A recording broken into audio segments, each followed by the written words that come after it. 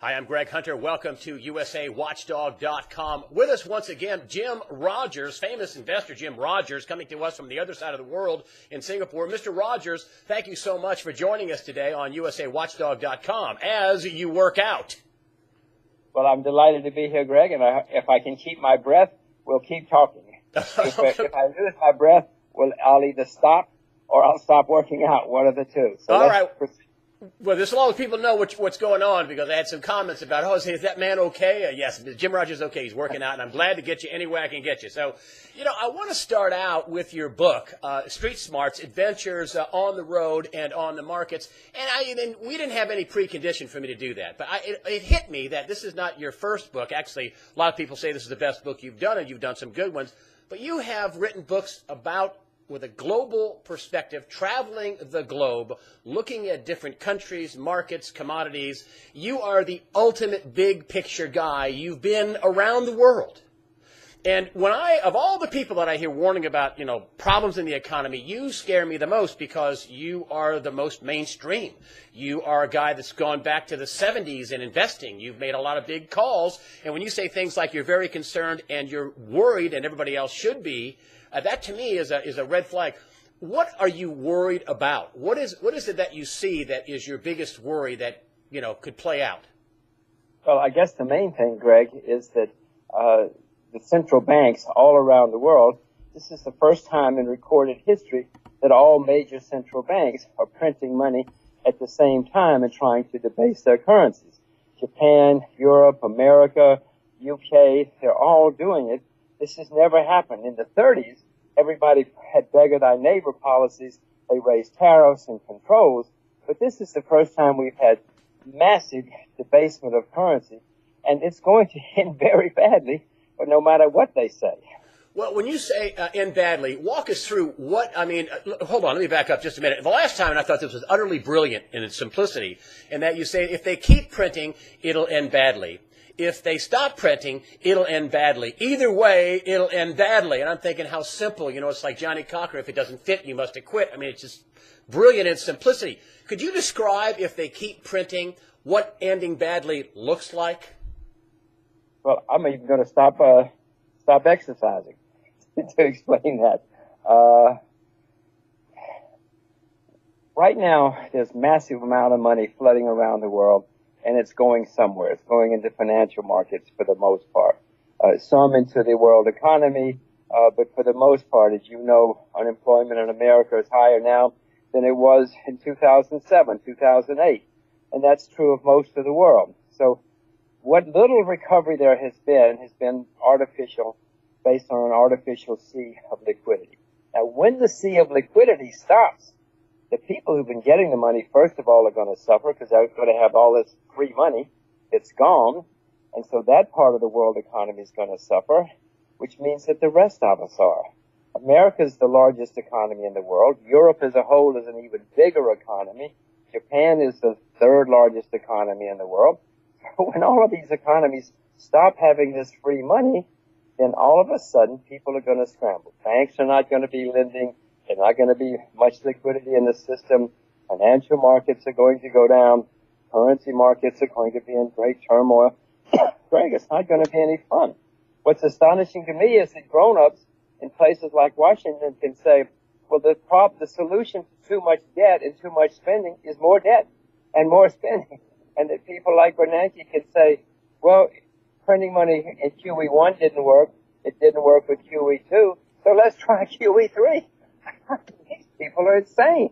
I think it was Einstein who said that the definition of insanity is doing the same thing over and over again and expecting different results. We've got problems. So if they stop, the economy grinds to a pretty screeching halt. And here's the other scenario. You said if they keep printing money, it's going to end badly. Okay, so the other side of the question, let's say, they meet at Wyoming and Jackson Hole, and they come out and they say, we think we're not going to have any taper. We're not going to stop printing. We're going to keep printing money. We think this will come out. What happens if they just keep printing money? Well, what has always happened before in terms of currency debasement is eventually you have serious inflation, but you also have bubbles in some parts of the economy. The people getting all of this free money, Greg, go and do what's called malinvestment. They invest the money in places that perhaps they wouldn't have otherwise. The moment a lot of it's going into the financial community, the banks are getting all this free money. So you have bubbles in some sector, you have inflation, and then when you have inflation, interest rates start going up, then you start having currency turmoil, and it's all a mess. All because printing money is artificial. It's never worked. I had a guy write me on the site, and it's really sad. He's from Detroit, been working for 29 years as a firefighter or a police officer. I don't know which. He says, well, we were able to opt out of Social Security, and all I have is a pension. And, of course, you know the pension is $9 billion underwater.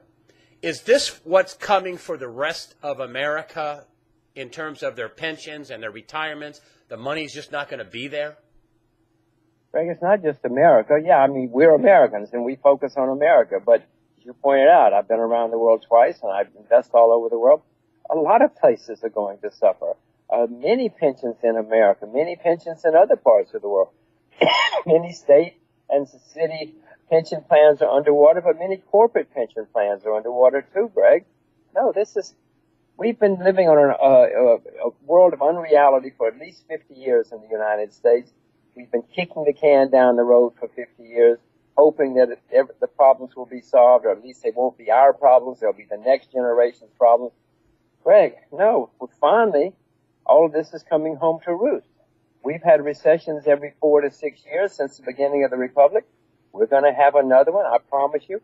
And when it comes, it's going to be worse because the debt has been going higher and higher and higher, and the artificial stimulation of printed money is just massive.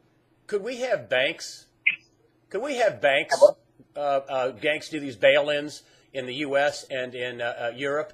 In other words, that they will just take money and say, hey, listen, we're going to print some money and we're going to take some depositors' money, especially if it's not insured. Are we heading for bank collapses and brokerage collapses? People don't even want to talk about brokerages and all this counterparty risk. Is that one of the things that you're, quote, very worried about? Oh, of course I am. Greg, it is now the law in America and in Europe that the governments can bail in, as you put it. You know, they can just take your money. Now, it's unlikely they will take more than the minimum, than the amount insured, but they're certainly going to take everything. They're allowed to now to take everything they can over the amount of the insurance.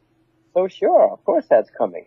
Unfortunately for you and me and for your audience, the politicians know who pays them. You and I don't pay them. It's the lobbyists who pay them. And so they're going to be doing what the lobbyists say. You know, when poor George Bush got calls back in 2008 saying the world is coming to an end, well, he didn't know any better. He wasn't a very smart guy.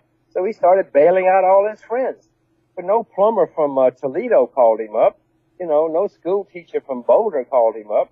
It was just Wall Street guys. He took the calls and he bailed them out. Are they going to bail them out again while they take people's deposits in 401k plans and things like that? Is that what's going to happen? They're going to have people think it's going to be it's going to be bail in or they're going to take people's money.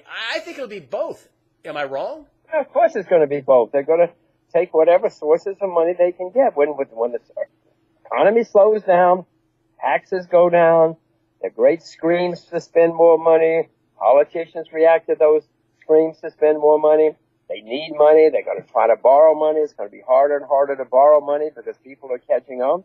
So they're going to take money wherever they can. Sure, bail-ins will be part of it. If a major bank calls up and says we're collapsing, somebody's going to say, I know what we'll do. Take the money from the depositors. You know, we warned them. We told them we'd change the law.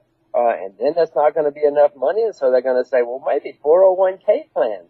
Why don't we go after the 401? And what they're going to say, Greg, is, listen, all of you innocent Americans have been doing badly in your 401k plans. What we're going to do is protect you. We're going to give you 30-year government bonds with a guaranteed interest rate, and then you don't have to worry about your 401k plan anymore. And we're going to take your money in return. Come on. I mean, politicians come up with all sorts of strange. In the 30s, they took our gold, you know, around the world. They probably won't take our gold this time because it's not crucial to the world system like it was then. So they're going to take our bank accounts and our retirement accounts. Is that how you're protecting yourself, or is that how some people should be protecting themselves? Should be buying physical gold and physical silver and putting it under their control? Well, Greg, everybody has to make their own decision. They shouldn't listen to some guy they see on the internet, even if it's you, to protect themselves, and certainly not me. I own some gold. I own some silver. I think there'll be another chance to buy both sometime in the future. I'm trying to keep any bank account I have under the guaranteed amount, because when they start taking bank accounts, that's what they're gonna do. I'm trying to make sure that my 401k plan, it's actually a Roth, I'm trying to figure out a way to protect it. No, perilous times. We've had perilous times, Greg. It's going to get worse. Nobody solved the problem. The debt's going higher and higher and higher. Do you know any country in the world where the debt is lower today than it was last year or 5 years ago? No. The debts are going higher everywhere, and grown men are standing up and saying, don't worry, this will solve the problem. I just want to read you a few headlines that came out in the recent few days here. Good people writing a post that I on this email list. I'm thinking, wow, there's a lot of death of a petrodollar, crisis unfolding, systemic crisis. These are words in the title. Economic crisis, economic collapse getting close. What do all those titles tell you? Are these people just crazy doom and gloomers, or is there some real fear out there? Well, I hope there's some real fear out there. Until people recognize that there's a problem, people don't act and solve the problem. You must know that. I mean, that's human nature. Many people deny, or first of all, they're oblivious that there's a problem. Then somebody tells them there's a problem, they deny it and say, go away. Eventually, when they know there's a problem, when they recognize there's a problem, whether it's overeating or overspending or whatever it happens to be, then people start to act. It's coming. Be worried. Be careful.